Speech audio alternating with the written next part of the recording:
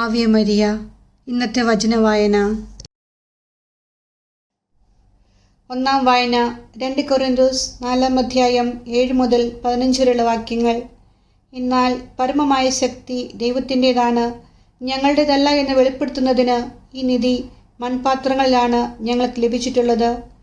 ഞങ്ങൾ എല്ലാവിധത്തിലും ഞെരുക്കപ്പെടുന്നു, എങ്കിലും തകർക്കപ്പെടുന്നില്ല; വിഷമിപ്പിക്കപ്പെടുന്നു, എങ്കിലും ഭഗ്നാശരാകുന്നില്ല; പീഡിപ്പിക്കപ്പെടുന്നു, എങ്കിലും പരിത്യക്തരാകുന്നില്ല; അടിച്ചു വീഴ്ത്തപ്പെടുന്നു, എങ്കിലും നശിപ്പിക്കപ്പെടുന്നില്ല.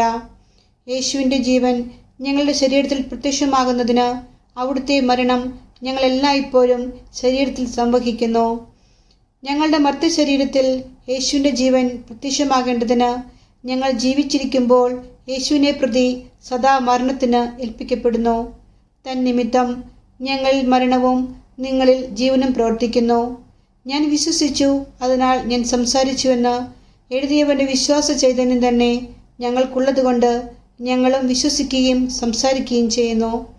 കർത്താവായ യേശുവിനെ ഉയർപ്പിച്ചവൻ യേശുവിനോടുകൂടെ ഞങ്ങളെ ഉയർപ്പിക്കുമെന്നും നിങ്ങളോടൊപ്പം അവിടുത്തെ സന്നിധിയിൽ കൊണ്ടുവരുമെന്നും ഞങ്ങൾ അറിയുന്നു. ഇതെല്ലാം നിങ്ങൾക്ക് വേണ്ടിയാണ്. അങ്ങനെ കൂടുതൽ ആളുകളിൽ കൃപ സമൃദ്ധമാകുന്നത് വഴി ദൈവമഹത്വത്തിന് കൂടുതൽ കൃതജ്ഞത അർപ്പിക്കപ്പെടുന്നു.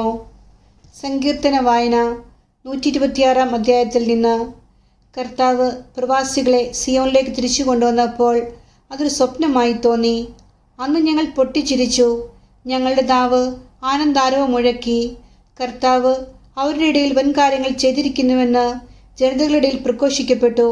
അന്ന് ഞങ്ങൾ പൊട്ടിച്ചിരിച്ചു, ഞങ്ങളുടെ നാവ് ആനന്ദാരവം മുഴക്കി.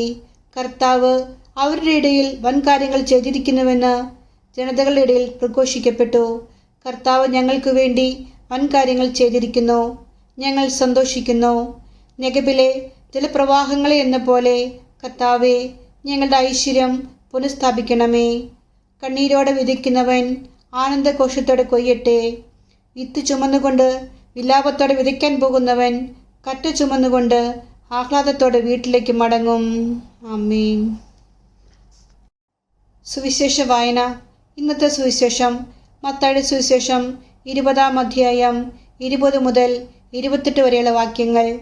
അപ്പോൾ സെബദി പുത്രന്മാരുടെ മാതാവ് തൻ്റെ പുത്രന്മാരോട് കൂടെ വന്ന് അവൻ്റെ മുൻപിൽ യാചനാപൂർവം പ്രണമിച്ചു. അവൻ അവളോട് ചോദിച്ചു, നിനക്കെന്താണ് വേണ്ടത്? അവൾ പറഞ്ഞു, നിന്റെ രാജ്യത്തിൽ എൻ്റെ 2 പുത്രന്മാരിൽ ഒരുവൻ നിന്റെ വലതുവശത്തും അപരൻ ഇടതുവശത്തും ഇരിക്കുന്നതിന് കൽപ്പിക്കണമേ. യേശു മറുപടി നൽകി, നിങ്ങൾ ചോദിക്കുന്നത് എന്താണെന്ന് നിങ്ങൾ അറിയുന്നില്ല. ഞാൻ കുടിക്കാൻ പോകുന്ന പാനപാത്രം കുടിക്കാൻ നിങ്ങൾക്ക് കഴിയുമോ? അവർ പറഞ്ഞു, ഞങ്ങൾക്ക് കഴിയും. അവൻ അവരോട് പറഞ്ഞു, എൻ്റെ പാനപാത്രം തീർച്ചയായും നിങ്ങൾ കുടിക്കും. എന്നാൽ എൻ്റെ വലതുവശത്തും ഇടതുവശത്തും ഇരിക്കാനുള്ള വരം നിങ്ങൾക്ക് നൽകേണ്ടത് ഞാനല്ല, അതിൻ്റെ പിതാവ് ആർക്കു വേണ്ടി സജ്ജമാക്കിയിരിക്കുന്നുവോ അവർക്കുള്ളതാണ്.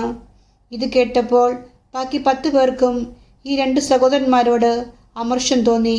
എന്നാൽ യേശു അവരെ അടുത്ത് വിളിച്ച് ഇപ്രകാരം പറഞ്ഞു, വിജാതിയുടെ ഭരണകർത്താക്കൾ അവരുടെ മേൽ യജമാനത്വം പുലർത്തുന്നുവെന്നും അവരുടെ പ്രമാണികൾ അവരുടെ മേൽ അധികാരം പ്രയോഗിക്കുന്നുവെന്നും നിങ്ങൾക്കറിയാമല്ലോ. എന്നാൽ നിങ്ങളുടെ ഇടയിൽ അങ്ങനെ ആകരുത്.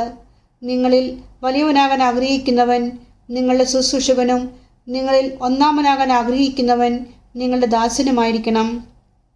ശുശ്രൂഷിക്കപ്പെടാനല്ല, ശുശ്രൂഷിക്കാനും അനേകരെ മോചനദ്രവ്യമായി സ്വജീവൻ കൊടുക്കാനും മനുഷ്യപുത്രൻ വന്നിരിക്കുന്നത് പോലെ തന്നെ. നമ്മുടെ കർത്താവായ യേശു മിശിഹായ്ക്ക് സ്തുതി.